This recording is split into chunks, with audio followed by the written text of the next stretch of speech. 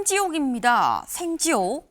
기사 같이 보시죠. 소환 통보에도 윤친묵, 김건희 특검 뾰족한 수 없어 고심이다 라는 겁니다. 네. 지금 소환 통보에도 윤석열 전 대통령 계속해서 구속 이후에 침묵하고 있죠. 소환에 응하지 않고 있습니다. 사실 오늘도 29일 이 윤석열 전 대통령 김건희 특검에서 오전 10시까지 나와서 조사 받으세요라고 한 날이 바로 오늘이죠. 그런데 오늘도 이제 안 나갈 것 같다라는 거예요. 대부분 한 90% 이상 안 나오지 않겠느냐라는 건데 근데 어제 오정희 특검보 이렇게 얘기를 했다라는 거죠. 직접 들어보실까요?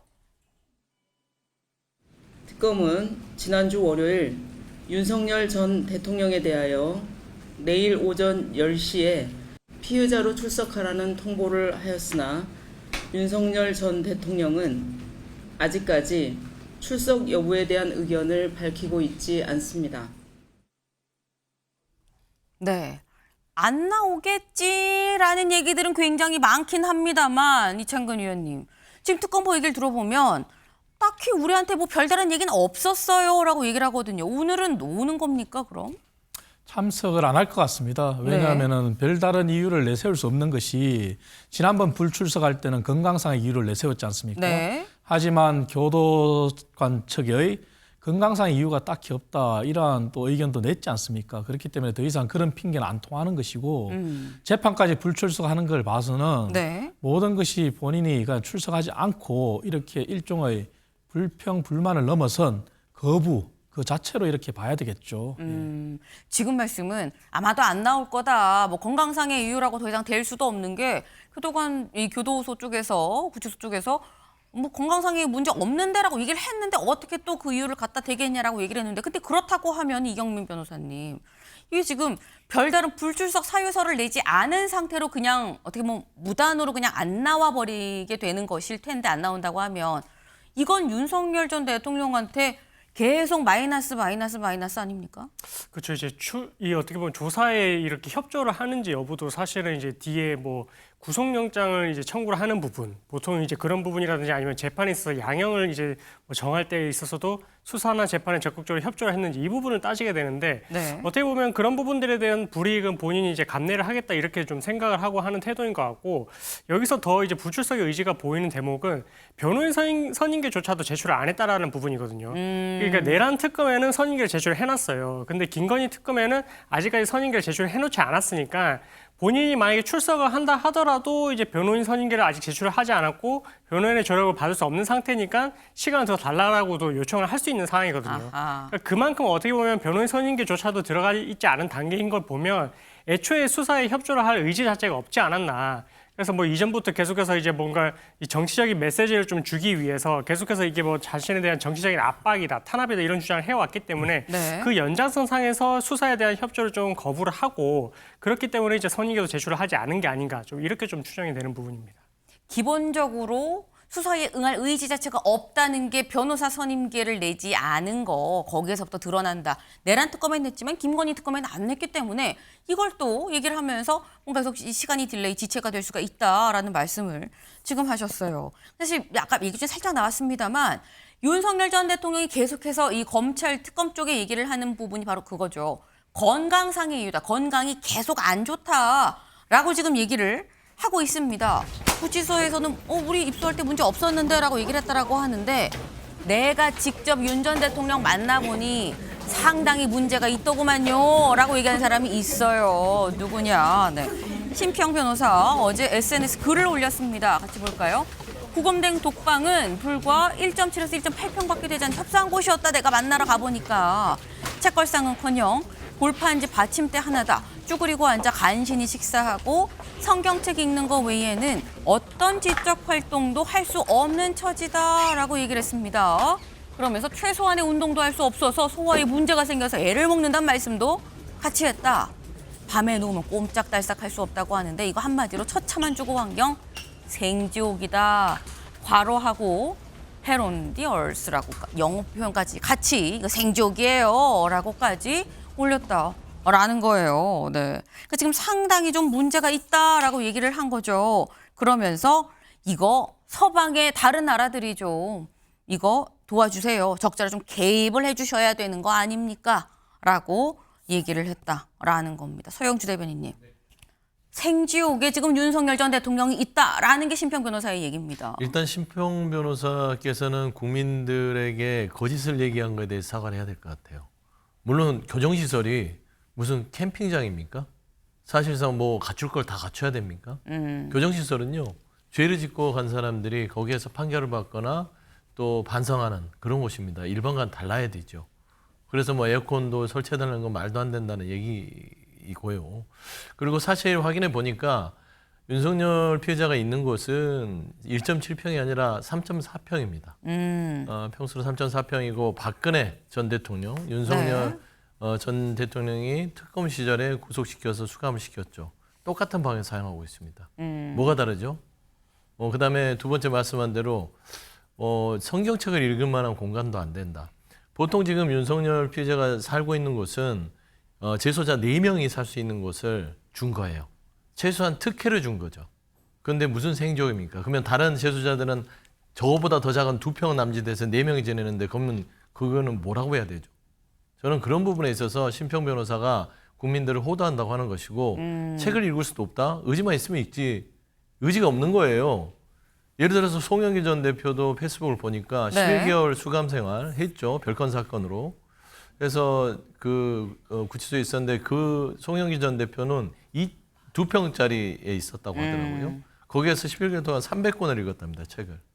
의지 문제 아닙니까? 근데 지금 무슨 대단하게 정치적인 정치범도 아니라 내란 행위에 있어서의 무기징역과 사형에 대한 중범죄를 저질러 놓고 그나마 3.4평의 특혜를 받는 그런 예우를 받는데도 불구하고 생지옥이다? 전혀 아니다. 그리고 미국 개입해달라? 제발 이런 좀 망상에 빠진 얘기들 좀 이 대한민국에서 더 이상 하는 사람이 없었으면 좋겠다. 그렇게 좀 말씀드리고 싶습니다. 네. 심평 변호사 왜 거짓말하느냐라고 말씀하셨어요. 1.7평, 1.8평 아니다. 3.4평이다라고 말씀을 하시면서 아니 그러면은 뭐 구치소가 엄청 좋아야 되는 거예요. 캠핑장입니까? 라고 지금 말씀을 하셨는데 말씀 중에 송영길 전 대표 얘기가 살짝 나왔죠. 오늘 조금 전에 SNS에 글을 올렸습니다. 빨리 보고 오셨어요. 네, 송영길 전 대표. 오늘 아침에 올린 글이에요. 심평 변호사가 윤석열 접견하고 윤이 1.8평 방에서 골판지 책상 위에 쪼그려 앉아서 간신히 식사하고 최소한의 운동도 할 수 없었으며 생지옥이라고 미국에 개입을 촉구를 했다라고 하면서 황당한 일이다. 윤희 특검 시절 이명박 박근혜 구속하고 송영길 조국 등도 구속해서 모두 동일 조건에서 고생을 했다. 그런데 윤석열은 일반 수용인 4명이 갇혀있는 공간에 있는 건데 그것도 덜 더운 2층이다. 나는 3층이었는데 라고 지금 얘기를 하고 있어요. 그러니까 훨씬 나보다도 좋은 조건에 있었고 이 역대 다른 사람들도 다 이렇게 구속시켜서 그런 방에 있었는데 왜 이제 와서 힘들다고 그러는 거야? 라고 얘기를 하는 거거든요. 이창근 위원님. 맞습니다. 윤석열 전 대통령이 구속시켰던 박근혜 전 대통령 같은 경우도 동일한 조건에서 수감 생활을 했습니다. 하지만 당시에 박근혜 전 대통령으로부터 이러한 불평, 불만 나온 얘기가 하나도 없어요. 그리고 뒤늦게 이제 자서전 등을 통해서 알려진 얘기는 운동하는 시간에 그냥 운동을 참석하고 그리고 수용소 안에서는 책을 읽고 이렇게 시간을 보냈는데 정말 건강상의 이유로 팔이 올라가지 않을 정도로 이렇게 빨랫줄에 빨래를 넣을 수가 없을 정도로 그렇게 교도소 측에서 의료진이 판단했을 때 그제서야 병원에 이렇게 이송되는 그런 상황까지도 참아가면서 견뎠단 말이죠. 그런데 윤석열 전 대통령은 이제 구속된 지 얼마 됐다고 이런 불평불만을 내놓는 자체가 말이 안 되는 거죠. 그리고 본인은 모든 수사나 재판은 거부하면서 하루에 변호인을 접견하는 횟수는 역대 다른 어느 대통령보다 많아요. 그 얘기는 변호인을 접견했을 때 시간 제한도 없지 않습니까? 그 자체도 또 특혜거든요. 그래서 본인이 정말 현타가 올 정도로 이런 행동을 하지 말고 정말 본인이 전직 대통령답게 그렇게 행동을 할 때만이 네. 국민들도 동정심이 생기지 않겠습니까? 하지만 이러한 불평불만을 내놓는 자체는 국민들로부터 일말의 동정심도 이제 다 걷어들이는 일이에요. 그래서 이러한 행동은 이제는 중단돼야 된다. 이런 말씀 드리겠습니다. 네.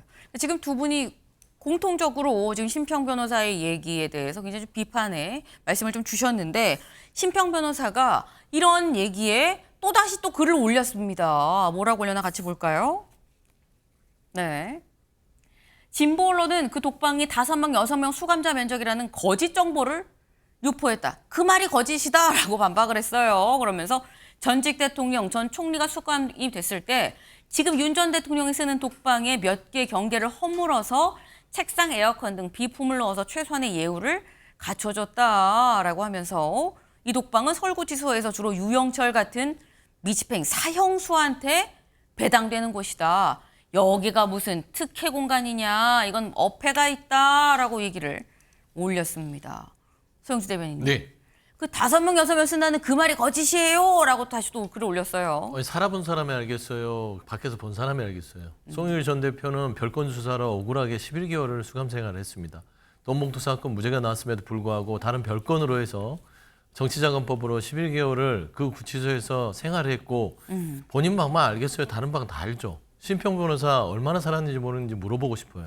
그러니까 경험한 사람이 가장 정확한 겁니다. 그냥 밖에서 보고 듣고 그냥 본인이 유추해서 얘기한 건 틀리다. 그리고 특히 감옥에 무슨 특혜 논란입니까? 수감이라는 것은 반성하는 곳이에요. 일반인과 달라야 되고요. 전직 대통령이라 하더라도 네. 저는 일반인과 똑같이 대우를 해야 된다고 봅니다. 그게 국민 정서에 맞고요. 지금 윤석열 전 대통령과 심평 변호사가 하는 것은 국민들의 정서에 기름을 붓는 것입니다. 사실 지금 내란 행위로 있어서 지금 나라가 아직도 어수선한 상황인데 여전히 그 내란 우두머리는 특검 수사도 안 받고 재판도 안 나가고 구치소에서는 아프지 않다고 하는데도 불구하고 아프다고 계속 어깃장을 놓잖아요.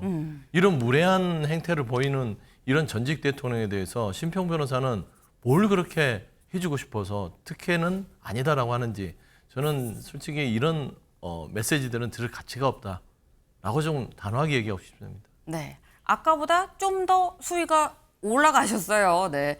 이런 건 볼 가치도 없습니다라고 지금 말씀하셨는데 말씀 중에 이렇게 말씀하셨죠. 지금 특검 조사도 안 받고 재판도 안 받고 아까 어깃장을 놓고 있다라고 지금 표현을 쓰셨는데 사실 이 부분이 어떻게 보면 이경민 변호사님 특검의 고민 지점이 아니겠느냐. 불러도 안 오고 끌어내려고 해도 낼 수도 없는 상태고 재판에도 안 나오고 그럼 특검은 어떻게 해야 되는 겁니까? 그럼 어쩔 수 없이 사실은 이제 전에 이제 내란 특검처럼 뭐 조사에 더 이상 응하지 않았을 때는 그냥 이제 기존에 이제 갖춰진 진술, 그다음에 네. 증거 자료들을 토대로 이제 뭐 재판을 해부하는 쪽으로 생각을 해봐야 될 것 같거든요. 그래서 아마 지금도 뭐 조사에 온다고 하더라도 진술 거부권을 행사할 가능성, 대면 조사를 간다고 하더라도 이제 나오지 않을 가능성 너무나 높기 때문에 네. 그래서 지금 상태에서는 뭐 김건희 특검 입장에서도 이 관련자들의 진술을 조금 더 촘촘하게 정리를 할 필요가 있을 것 같고요. 그리고 나머지 이제 뭐 객관적인 증거, 녹취록 이런 것들이 있긴 하니까 그런 부분들을 토대로 뭐 반대 신문권을 이제 행사할 수 있는 기회를 이제 윤석열 전 대통령이 포기를 하는 그런 이제 형국이 됐으니 네. 뭐 그런 부분들에 대한 증거를 취합을 해서 아마 그냥 재판을 해부하는 쪽으로 궁극적으로는 가지 않을까 좀 이렇게 좀 추측을 해볼 수 있을 것 같습니다. 본인이 끝까지 조사받기를 거부하고 본인의 방어권까지도 포기하면서 조사를 안 받겠다고 한다면 그렇다고 한다면 별 수 있겠느냐 결국 내란 특검 때처럼 이 그냥 있는 주변에 뭐 참고인 조사나 다른 얘기들 진술과 정황 다른 증거들을 모아서 그걸로 기소를 가는 방법밖에는 없지 않겠냐라는 말씀을 지금 하셨어요.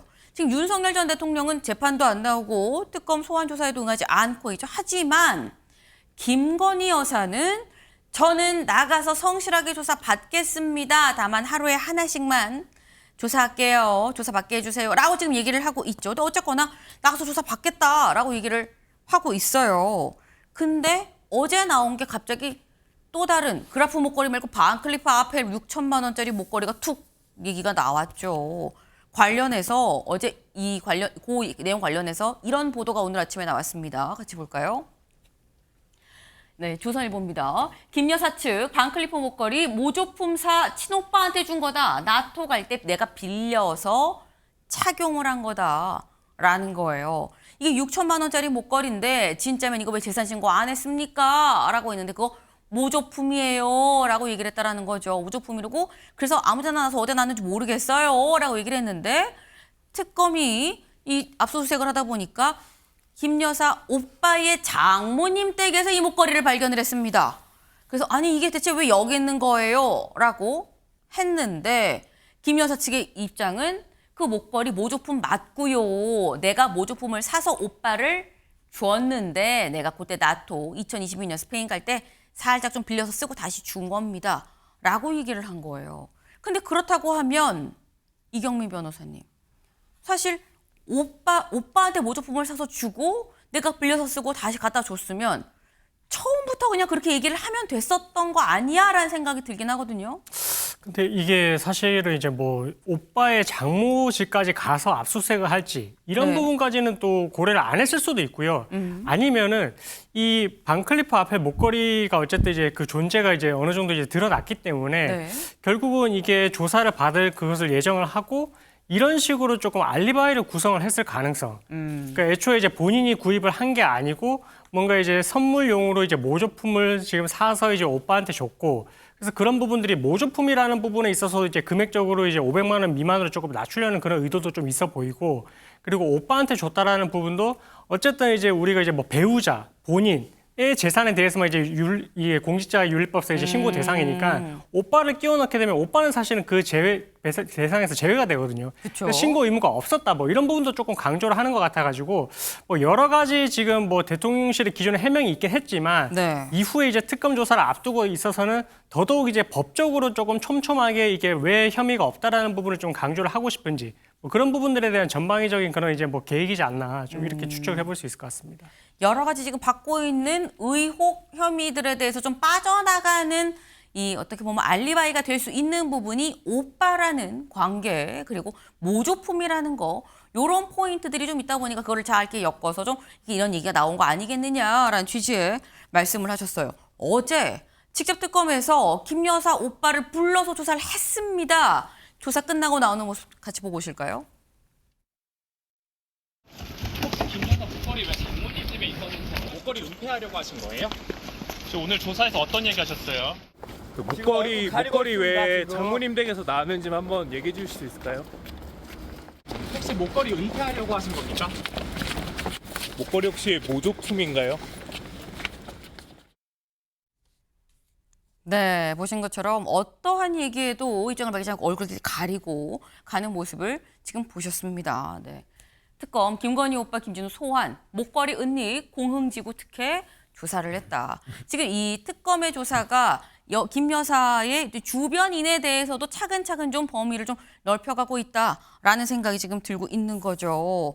근데 더불어서 김 여사 관련한 의혹 여기까지도 지금 특검이 보고 있는 것 같다라는 게 동아일보 같이 볼까요? 김건희 849명 초청, 윤 765명보다 많았다. 이게 대체 무슨 얘기냐 싶을 수 있어요.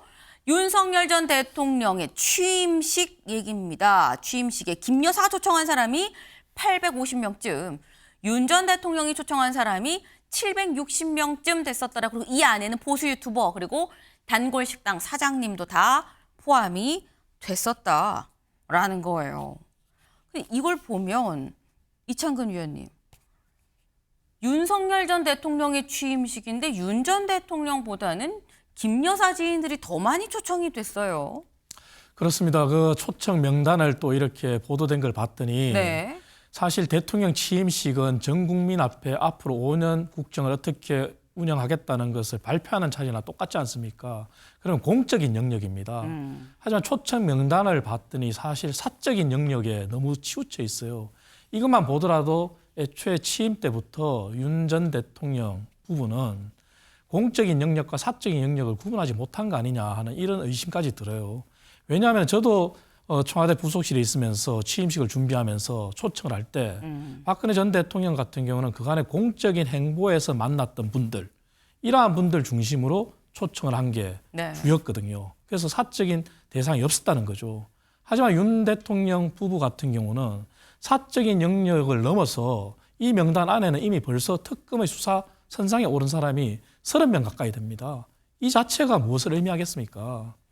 이 취임식을 이용해서 그간의 본인들의 관계에 있어서 신세를 갚으려고 했는가 아니면은 그러한 범죄에 이런 부분들이 연계돼 있다 보니 관리했다는 그런 측면까지도 의심이 되는 거죠. 그래서 이 부분은 명명백백하게 특검에서 제대로 가려야 된다. 그리고 이 취임식 참석 명단이 또 다른 불필요한 그런 오해를 불러일으켜서 선의의 불행을 걷는 선의의 피해를 보는 그런 사람이 있어서도 안 되겠지만 적어도 수사선상에 오른 사람들만큼은 철저하게 진위를 가릴 필요가 있다. 그런 말씀드리겠습니다. 네. 지금 취임식 초청 명단을 좀 보니까 공사 구분이 좀 안 되는 부분이 여기서 드러나는 거 아니겠느냐라고 말씀을 하셨는데 윤석열 전 대통령의 취임식을 제가 얘기를 했는데 사실 곧 이재명 대통령의 취임식에 버금간 임명식도 곧 있을 예정인 거죠. 국민일보 기사 같이 볼까요? 이 대통령 광복절에 8.15에 국민 임명식 윤 빼고 전직 대통령들 초청한다라는 겁니다. 참 이게 서영주 대변인 네.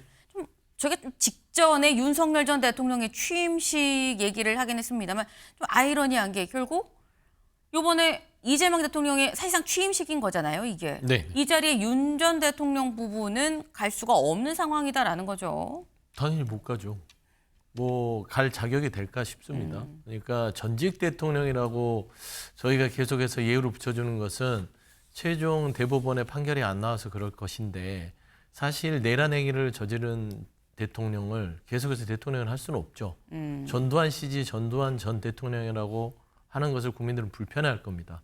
최소한 노태우 전 대통령, 이명박 전 대통령, 박근혜 전 대통령까지는 가능할 거예요. 국정농단에서 파면을 됐다 하더라도 박근혜 전 대통령은 본인의 어떤 여러 가지의 능력의 부족함 때문에 측근을 잘못 써서 됐던 것이지 사실 내란을 통해서 나라를 뒤집고 독재하려고 했던 것은 우리 대한민국 헌법 밖에서 활동했던 사람이라서 전직 대통령 예우를 할 수가 없다.